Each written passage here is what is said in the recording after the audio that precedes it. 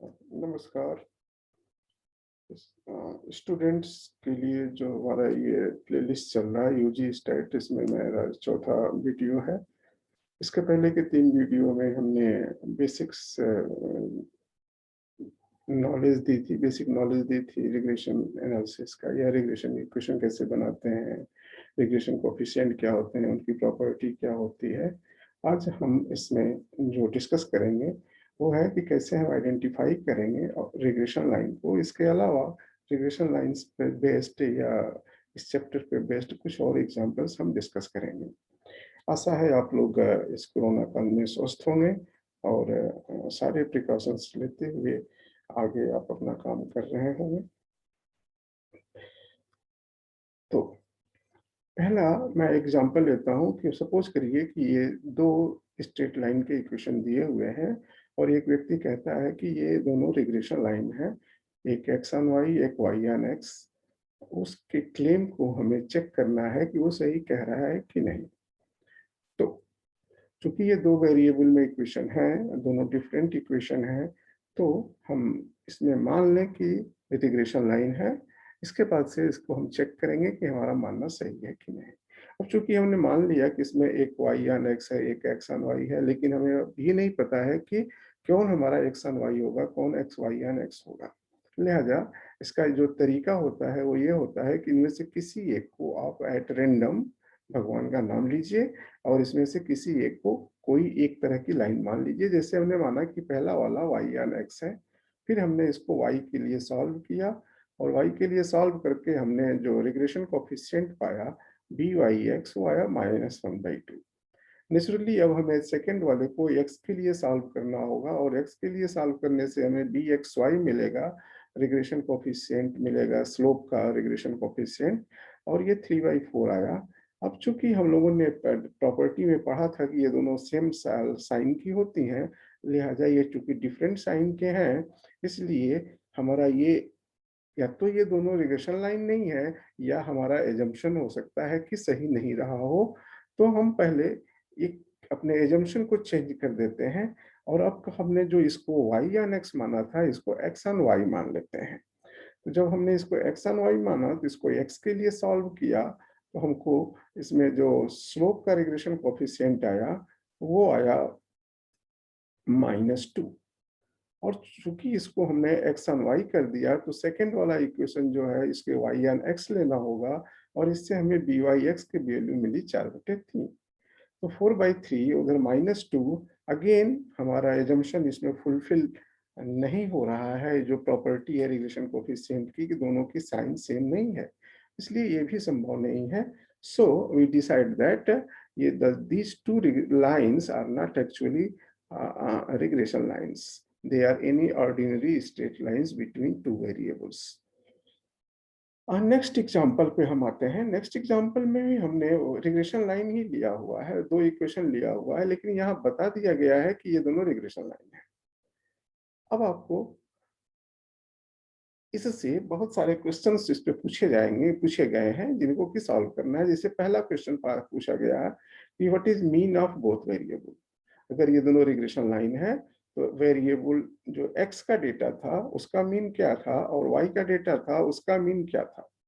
तो हम लोगों ने रिग्रेशन की प्रॉपर्टी में पढ़ा था कि ये दोनों रिग्रेशन लाइन एक दूसरे को इंटरसेक्ट करती हैं और जो इंटरसेक्शन पॉइंट होता है उनका इंडिविजुअल मीन वैल्यू होता है।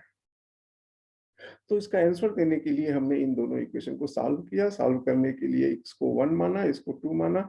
हम नहीं जानते हैं कौन y ऑन x है, कौन x ऑन y है, लेकिन हमें यहाँ कोई जरूरत भी नहीं है। लिहाजा हमने इसको 1 - 2 किया और इससे हमको y की वैल्यू मिली 13/2 और x की वैल्यू मिली 28। इसका मतलब है कि ये दोनों लाइन जहाँ इंटरसेक्ट कर रही है उसका कोऑर्डिनेट है 28 और 13/2।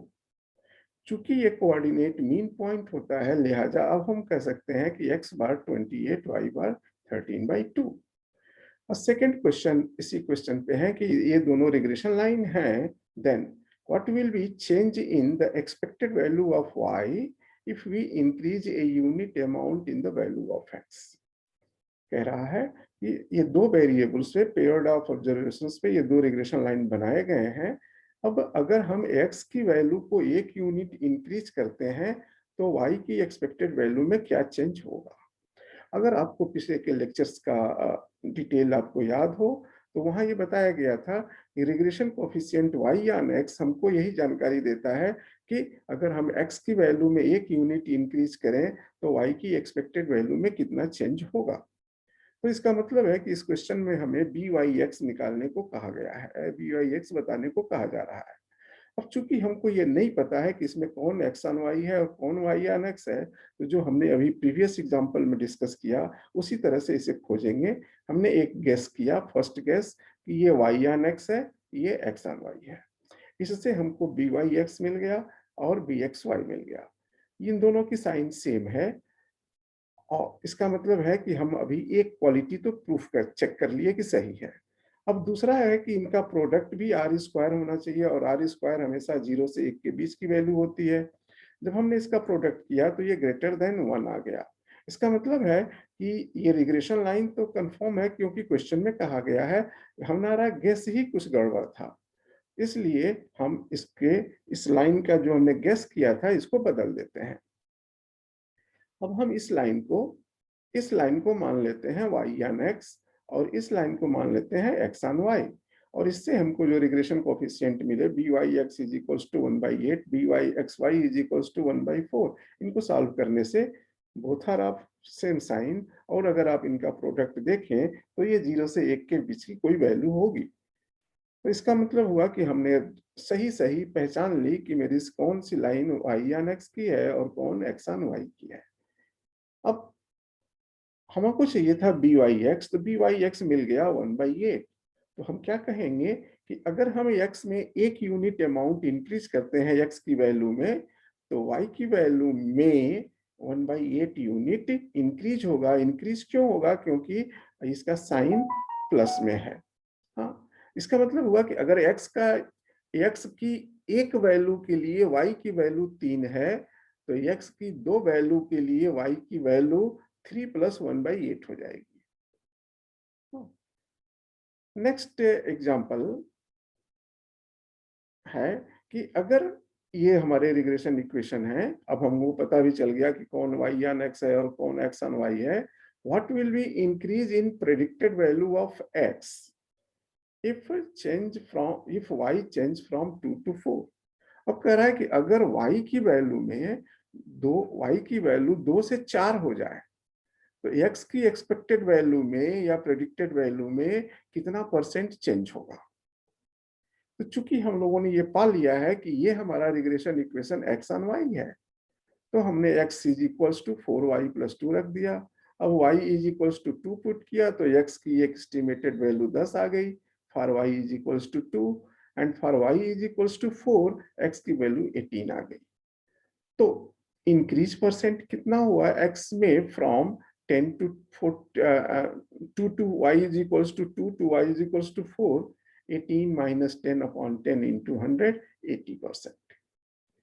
और नेक्स्ट एग्जांपल में हमने जो पूछा है कि अगर यही जो ऊपर हम लोगों को जो रिग्रेशन लाइंस दी गई थी are regression lines, then what will be correlation coefficient between x and y।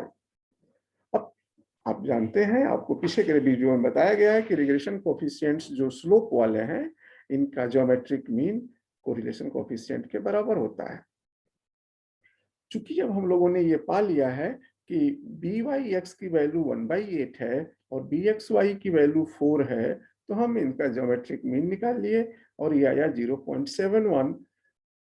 ये हमारा कोरिलेशन कोएफिशिएंट हो गया। चूंकि हमारे दोनों रिग्रेशन कोएफिशिएंट की साइन प्लस है, इसलिए हम इसको कहेंगे पॉजिटिव कोरिलेशन, मतलब correlation coefficient is +0.07, means x के बढ़ने से वाई बढ़ रहा है या y के बढ़ने से x बढ़ रहा है, क्योंकि साइन इसका पॉजिटिव है कोरिलेशन कोएफिशिएंट। और नेक्स्ट एग्जांपल इस पे जो हमने फ्रेम किया हुआ है वह है कि अगर ये दोनों रिग्रेशन लाइन हैं, then what will be ratio of the variance of x to variance of y।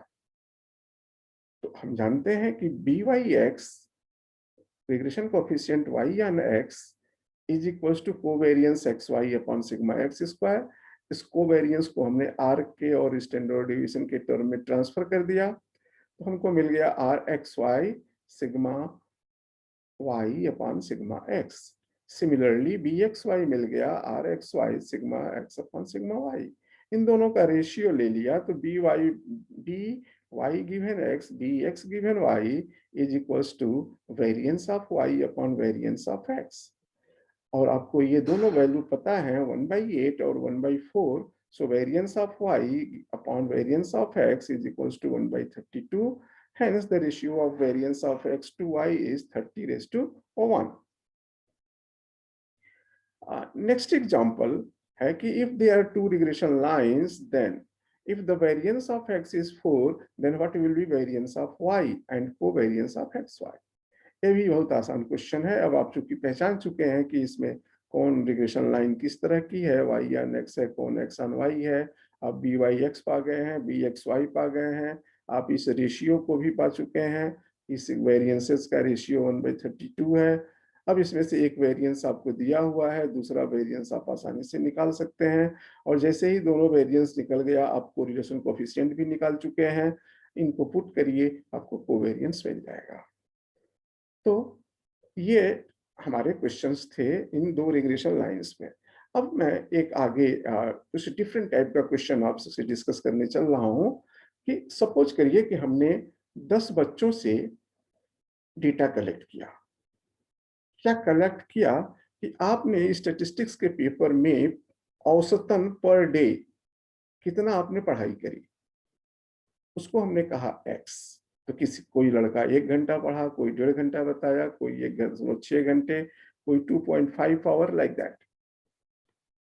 फिर हमने क्या किया कि उस स्कूल के एग्जामिनेशन ऑफिस से पता किया कि उन बच्चों ने कितने मार्क्स पाए। तो ये 30 मार्क्स, 35 मार्क्स। तो हमारे पास पेयर्ड डेटा आया दो वेरिएबल पर, एक x study hours per day on statistics paper and y examination marks of statistics। अब कहा गया है make a scatter diagram of data points of the data points। तो करना क्या है, आपको एक ग्राफ पेपर लेना है। ग्राफ पेपर पे x एक्सिस पे और एक वैल्यू एक y एक्सिस बना लेना है। इसमें आपको x और y बनाते समय एक बात का ध्यान रखना होता है कि जब आप x और y बनाएं तो x y पे उसको रखें जिसको कि आपको लग रहा है कि यह प्रभावित हो रहा है दूसरे वाले से। तो जो प्रभावित हो रहा होता है उसको हम लोग y पे रखते हैं ग्राफ बनाते समय, और जो प्रभावित कर रहा होता है उसको x पे रखते हैं। तो अमूमन एग्जामिनेशन का मार्क्स प्रभावित होगा किससे, पढ़ाई के घंटों से। तो हमने एवरेज स्टडी आवर्स टाइम को x पे रखा और y पे मार्क्स को रखा, और ये हमको ग्राफ पेपर पे हमने ये सारे कोऑर्डिनेट्स प्लॉट कर लिए। तो ये हमको 10 कोऑर्डिनेट मिल जाएंगे। ये हमारा स्कैटर डायग्राम मिल गया। अब अगर आप इस स्कैटर डायग्राम को देखें तो आपको x और y के बीच में एक रिलेशन मिलेगा कमोबेश, कि ये स्ट्रेट लाइन टाइप का है। Not exactly perfect straight line तो नहीं है, लेकिन काफी क्लोजली है पर स्ट्रेट लाइन के। इसको देखने से ऐसा पता चल रहा है। तो ये स्कैटर डायग्राम बनाने को कहा गया है, हमने बना लिया। और नेक्स्ट क्वेश्चन में कहा गया है, ये मैं क्वेश्चन को बार बार रिपीट कर रहा हूं कि मुझे ऊपर न जाना पड़े। इसमें कहा गया है कि do you feel that marks Y, ये जो वाई नंबर है, वाई के जो वैल्यूज हैं, marks I obtained by students, जो एग्जाम में उनको मिला, are linearly related with study hours. By seeing the scatter diagram, we can say as they are looking like linearly related।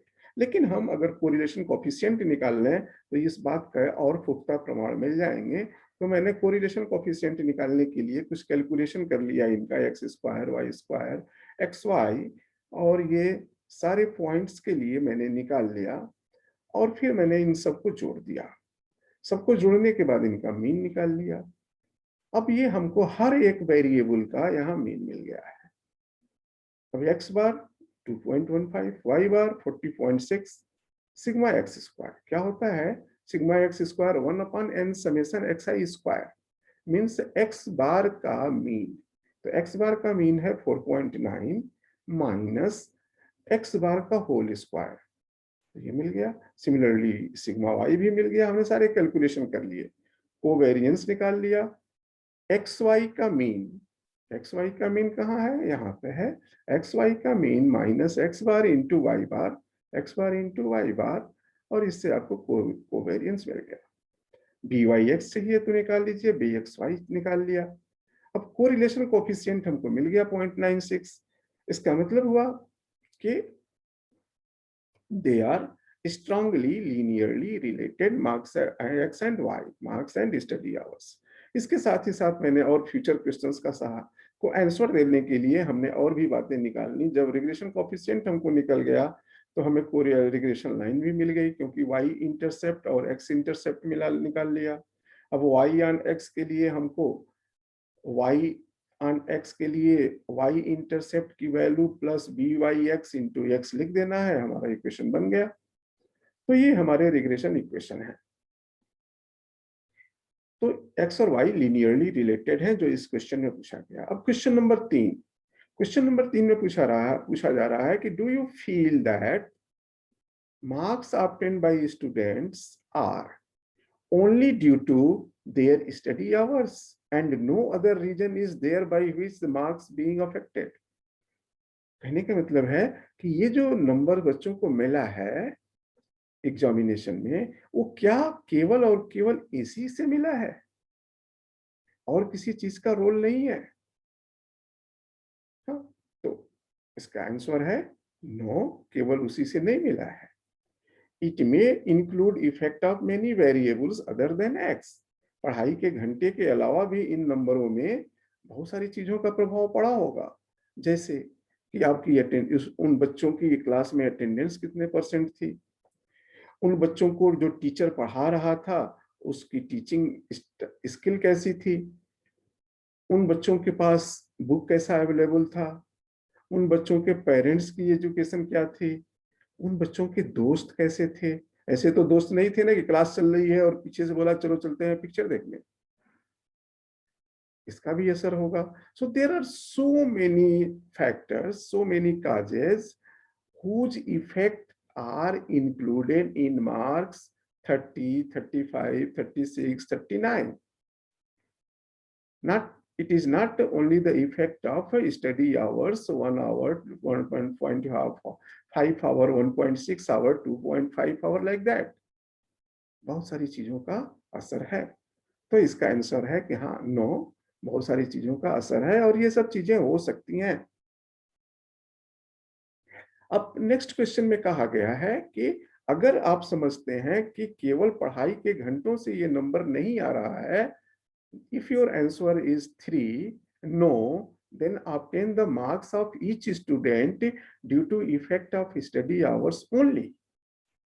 अगर आप समझते हो कि इस 35 नंबर में केवल 1.5 आवर पर डे पढ़ने का रोल नहीं है, तो अब बताओ कि अगर वो केवल और केवल पढ़ाई के बल पे नंबर लेता तो उसको कितना नंबर पाता। हाँ, एंड अगर आपको मिल गया कि पढ़ाई के बल पे इतना नंबर पाता, तो जो एक्स्ट्रा पाया है वो किसके बल पर है? तो सिनेमा देखने के बल पर है, दोस्तों के साथ घूमने के बल पर है, क्लास में अटेंडेंस के बल पर है, पेरेंट्स के एजुकेशन के बल पे है। तो कहा गया कि अदर्स के कारण इफेक्ट, और इसका मतलब इन इस नंबर को दो भागों में तोड़ने को कह रहा है। एक कि इसमें से वो हिस्सा निकालो जो कि पढ़ाई के घंटों से मिला है, और एक वो निकालो जिसमें कि पढ़ाई के घंटे का कोई रोल नहीं है। अब हम जानते हैं कि हमारा जो regression equation y on x है, मींस मार्क्स बेस्ड ऑन पढ़ाई का घंटा, is y is equals to this much. Marks based on पढ़ाई का घंटा, स्टडी आवर्स। तो अब अगर हम इसमें हर बच्चे का स्टडी आवर पुट करें तो हमको मार्क्स मिलेगा, जिसे कि हम लोग वाईपी कहे थे थियरी जब हम पढ़ाए हैं तो पीछे के लेक्चर्स में। तो अब हमने क्या किया कि इसमें x की जगह पर पहले बच्चे का 1 रखा, तो उसका मार्क्स 30.2 आया। इसका मतलब है कि अगर इस बच्चे ने केवल और केवल अपना नंबर पढ़ाई के औकात पर लिया होता तो इसको नंबर मिलने चाहिए थे 30.2, मिला इसको 30। इसका मतलब कि इसने जो है अन्य कारणों से अपना नुकसान किया। हो सकता है कि दोस्तों के चक्कर में आके क्लास छोड़ देता हो, पिक्चर देखने जाता हो, निगेटिव गेन किया। इसको केवल इसकी सहायता से, इस मॉडल से, इस लीनियर रिलेशन से मिलना चाहिए था 30.2, पाया 30। तो इसका मतलब है कि अदर रीजन से कितना पाया, -0.2। सिमिलरली स्टूडेंट नंबर 2, केवल और केवल x की वजह से उसको मिलना चाहिए 34.7 नंबर, हालांकि एक्चुअल में वो पाया है 35 नंबर। इसका मतलब है कि 3.3 मार्क्स वो अदर रीजन से पाया है और पॉजिटिव वे में पाया है। हो सकता है परसेंटेज ज्यादा रहा हो क्लास में, पेरेंट्स एजुकेटेड रहे हो, पता नहीं क्या क्या बातें हो सकती हैं। अब इसका मतलब हुआ कि ये जो हम रिग्रेशन इक्वेशन से निकाल रहे हैं, एक्स की डिफरेंट वेरिएबल्स के लिए जो वैल्यूज आ रही हैं, ये किसकी वैल्यूज हैं, एग्जामिनेशन मार्क्स की वैल्यूज हैं। लेकिन कौन सा है जो कॉपी पेपर पे लिखा गया है वो नहीं है, तो ये मार्क्स इसके इफेक्ट से हैं, इसमें और किसी चीज का इफेक्ट नहीं है इस मार्क्स में। अब अगर हम इस मार्क्स को इस मार्क्स में से निकाल दें तो इसको कहते हैं रेजिडुअल मार्क्स। और इस मार्क्स में इसका कोई इफेक्ट नहीं है, इसमें पढ़ाई के घंटों का रोल निकाल दिया गया है।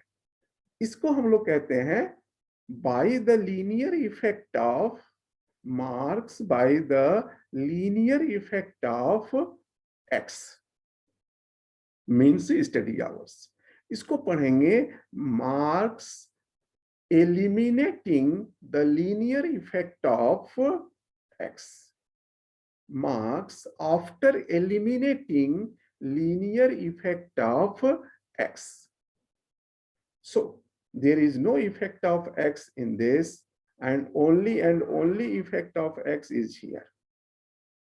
तो यही चीज उसने कहा था कि आप due to effect of others निकालिए, ये आपने निकाल लिया। अब आते हैं आगे के क्वेश्चन में।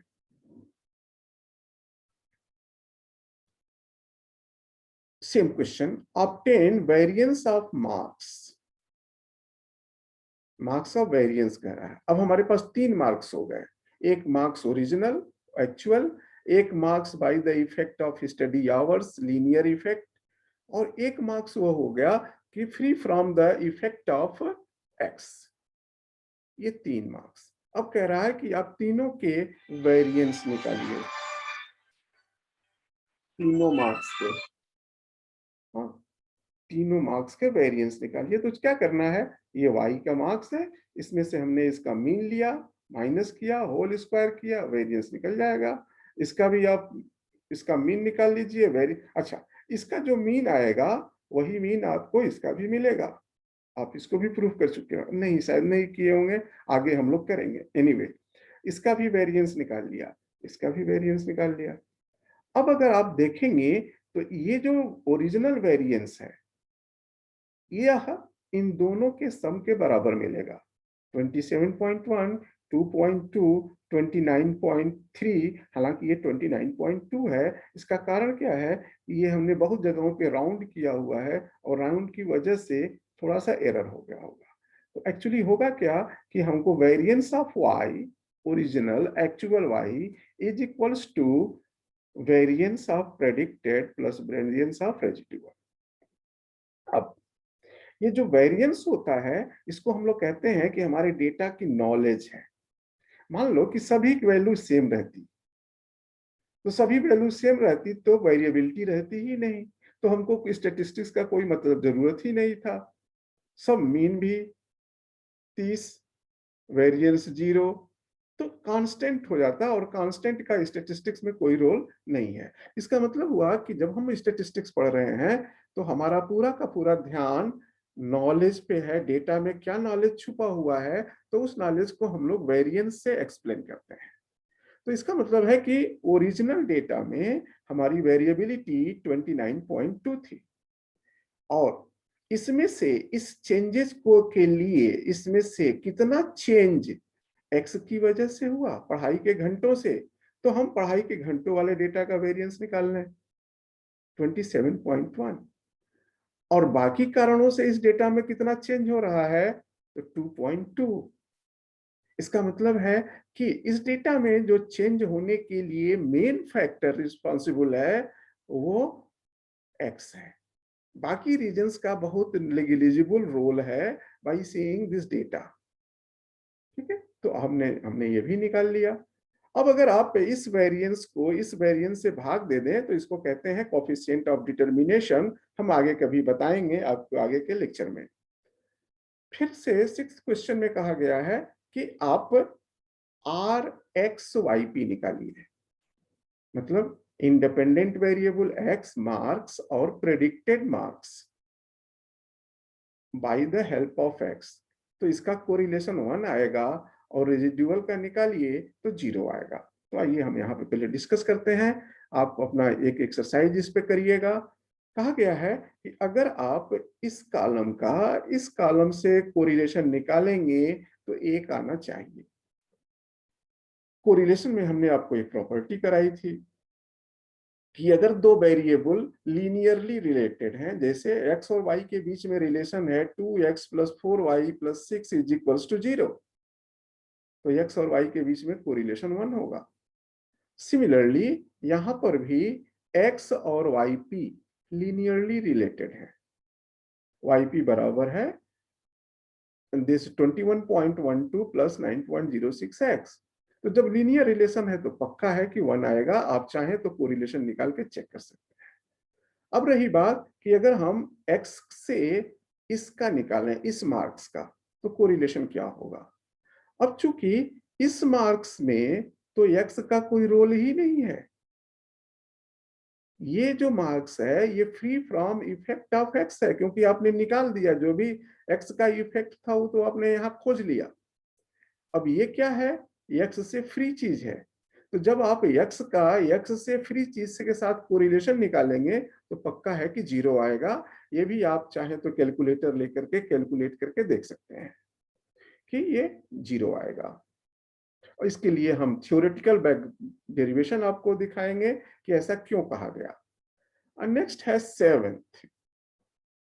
7th में कहा गया है कि आप दोनों रिग्रेशन लाइन को स्कैटर डायग्राम में इंसर्ट करिए। तो ये स्कैटर डायग्राम जो आपको डॉट्स दिख रहे हैं, ये स्कैटर डायग्राम्स बनाया गया था। अब ये है predicted line, regression line y on x का वैल्यू, और ये है x का वैल्यू।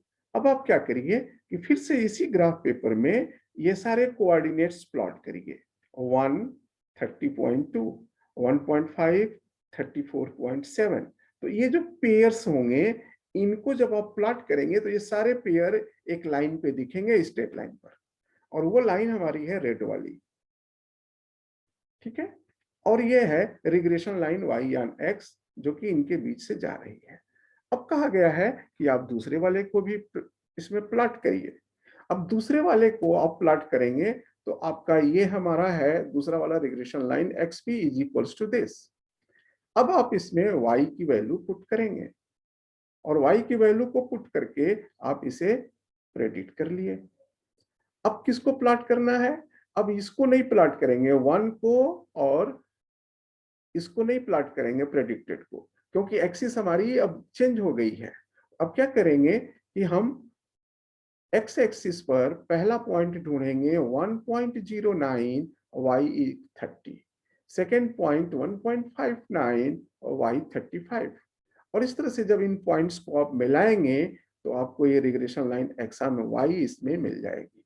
इसका एक दूसरा तरीका है, अगर आप इसी से प्लॉटिंग करना चाहते हैं तो आप इस इक्वेशन को y के लिए सॉल्व कर दीजिए, और जब आप y के लिए इसे सॉल्व करेंगे तो अब आप x की ये वैल्यू पुट करिए और आपको y की ये वैल्यू मिल जाएंगी। अब आप x की 1 और 29.1 y के लिए 1.5x 34.1 y, इन पेयर्स को प्लॉट करिएगा तो ये सारे के सारे पॉइंट्स आपको इसी लाइन पर मिलेंगे, ये जो ग्रीन वाली लाइन है। तो ये जो दूसरी लाइन आई, ये आपकी regression equation X on Y है। ये दोनों कहाँ पे इंटरसेक्ट कर रही होंगी? तो ये इस डेटा का जो मीन है और इस डेटा का जो मीन है, वहीं पे इंटरसेक्ट कर रही होंगी। तो ये हमारा, यहीं पे हम अपना लेक्चर एंड करते हैं, और नेक्स्ट लेक्चर में हम आपको ये जितने भी प्रॉपर्टीज हमने इस डेटा पे दिखाया है, इनको हम थ्योरेटिकल प्रूफ दिखाएंगे कि कैसे इसका मीन, y का प्रेडिक्टेड मीन बराबर होता है। इसका वेरिएंस जो हम लोगों ने यहाँ निकाला हुआ है, ये चीज, ये जो वेरिएंस निकाला हुआ है, ये हम दिखाएंगे कि इस वेरिएंस में अगर कोरिलेशन कोएफिशिएंट का स्क्वायर आप मल्टीप्लाई कर दीजिए तो इसके बराबर आ जाएगा। और अगर आप इस वेरिएंस में 1 माइनस आर स्क्वायर मल्टीप्लाई कर दीजिए तो ये वेरिएंस आ जाएगा। और इस तरह की बहुत सारी प्रॉपर्टी जो कि रिग्रेशन लाइन की प्रॉपर्टी है। इसके पहले हमने रिग्रेशन कोएफिशिएंट की प्रॉपर्टी बताई थी, अब हम रिग्रेशन लाइन की प्रॉपर्टी बताएंगे नेक्स्ट लेक्चर में। आशा है आपको ये लेक्चर कुछ क्लैरिटी के साथ समझ में आया होगा। फिर भी अगर ना समझ में आए तो मैं बार बार रिक्वेस्ट करता हूँ कि आप मुझसे पूछ सकते हैं, कमेंट बॉक्स में कमेंट डाल सकते हैं। और अभी तो नहीं, मैं जो डिस्क्रिप्शन बॉक्स है, उस डिस्क्रिप्शन बॉक्स में मैं आगे कुछ उसमें मटेरियल भी डालूंगा, और हो सकता है कि मैं कुछ लिंक दूं जहां से आप मेरा ये हैंड रिटन डॉक्यूमेंट पढ़ भी पाएं। तो बहुत बहुत धन्यवाद आपको। आशा है कि आप चैनल को सपोर्ट करेंगे, इसे लाइक करेंगे, शेयर करेंगे। Thank you very much. नमस्कार।